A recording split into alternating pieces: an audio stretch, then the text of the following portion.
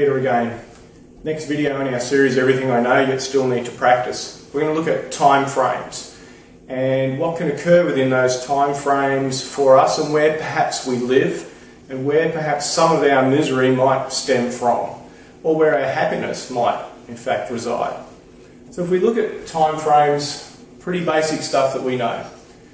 There's the right now, the present. You're watching this video in the present, listening, looking for some clues. The past, and everything that has occurred into your life up to this moment. And a lot of people allow themselves to be defined by their past.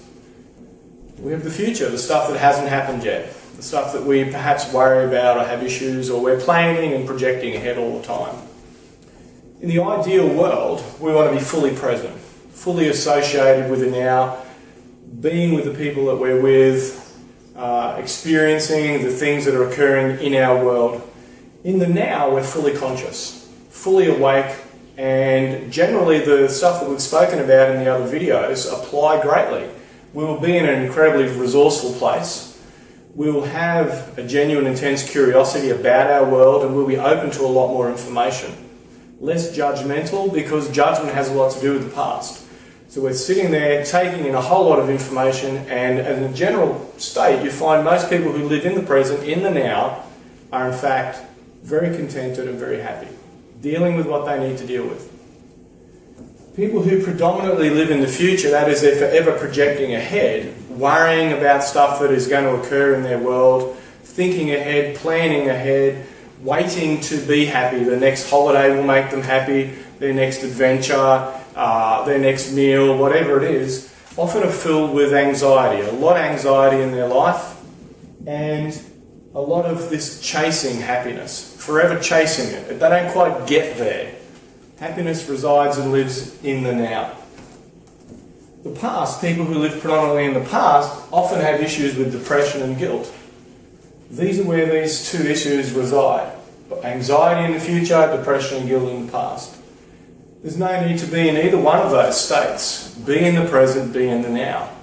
Be fully conscious and awake, dealing with whatever it is that you need to deal with. The only reason I can see for going back into the past is gaining positive lessons that will serve me in the now. Residing over things that were negative in the past and reliving those and rehashing those and beating yourself up over those is a pointless activity. So again, real world numbers here. If you can get yourself into a state where you're 80% present, predominantly living in the present, you're doing very well. In the modern world, as a supervisor, as a leader, we have to project ahead and we have to plan. So let's put a number up there. 15% of my mind's energy is consumed with the future. Things that I need to be planning and thinking ahead for. And as I said, a small percentage. I've written 5 there and it was really hard. Less than 1 would be wonderful. What are the positive lessons I can bring forward? The rest of the stuff put behind. It's really hard to put some stuff down, but it's well worth thinking about. The stuff that's killing you, put it down, even though it kills you to put it down. Hanging on to it's not serving you.